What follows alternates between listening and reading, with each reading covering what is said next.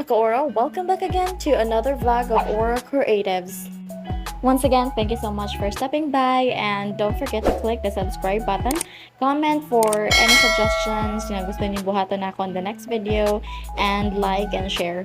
Obviously, klaro jud kayo nga nag-egg painting na ko, no? Because of course, we are celebrating Easter. And traditionally, nakasanayan naman gid nato nga every Easter is mag-paint tag itlog and then mag-egg hunting ta, which is the most exciting part. And though wala nato siya na-celebrate when pandemic hits, kasi nga social distancing and all, though na-celebrate nato siya last year, medyo minimal pa jud siya kasi napaghihapon siya yung mga social distancing, mga 𝐒𝐄 But this year is so much better. So, mga excited kay ko para mag-start na aning atong egg painting and makapag-egg hunting. Everything is well planned na jud. I thought makapag-egg painting ta sa church, but suddenly there's a change of plans. So, kaya ang nahitabo din na lang ko sa balay nag-painting. And so, medyo hassle siya gamay because ako na ang tanan nag-set up, ako nag-video, ako pa mag-edit, ako pa tanan. So, di pa gina ko makita if okay na ang pag-frame or lighting, di ba? Either way, bisag unsa pang mga challenges dira, wa jud ko nagpadayon gyapon sa akong gibati og painting dire. So I guess egg painting is isa sa mga pinakadali buhaton or dali i-paint. Kasi syempre, boiled na ang egg before pa nimo siya pintalan. So, init-init pa gina siya. Dali ra gid kay na siya mamala pag once una nang ibutang ng pintal dira, muga na din ang mga pila ra ka second.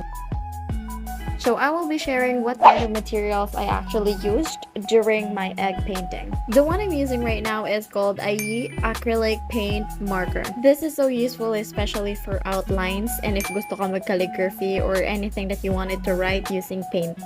Next, of course, dili mawala ang atong mga paintbrush. So it's combination of flat, angled, fun, liner, round, or whatever kind of paintbrush you're gonna use. And now I am using a DIY watercolor paint, which has a very powerful color. This is an acrylic paint, so obviously pwede kini mo siya gamiton sa bisag asa. So like sa itlog, pwede ka siya gamiton diri sa itlog. And since 24 colors lang ni siya, I also have an alternative color acrylic paint, which is Berkeley acrylic paint. This one is my fave. That's why dili ko na siya ginagamit kay baka mahurot charis. Well, this is ginagamit ako all the time, especially for glass painting, for canvas painting, and many more. I really enjoy doing this thing though. Pag ganahan ragi ka sa mga ginabuhat, di ka kapuyon, bisan pag di ka matulog. But yeah, ganahan ko kay dali ra ka siya buhaton, you know, with the help of these materials. Dali ra ka siya buhaton, di ka maglisod. Like for example, kani mag-calligraphy ka or magsulat kag something, word or writing, you don't have to use a paintbrush anymore. Especially pa-curve pag yung itlog, medyo ano siya, hassle if wala ko'y acrylic marker. So I'm thankful because I discovered this.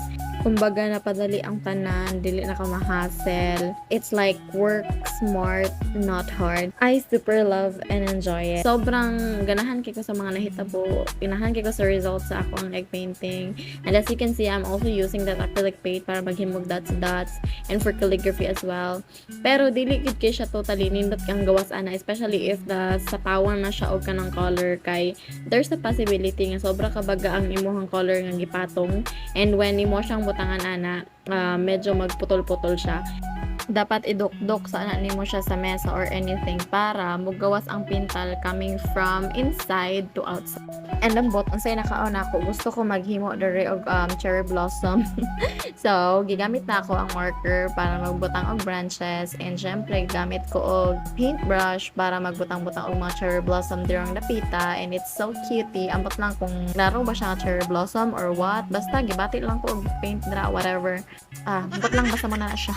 Hopefully this video helps our aspiring artists, especially for what kind of materials they wanted to use. Once again, thank you. Don't forget to subscribe and enjoy.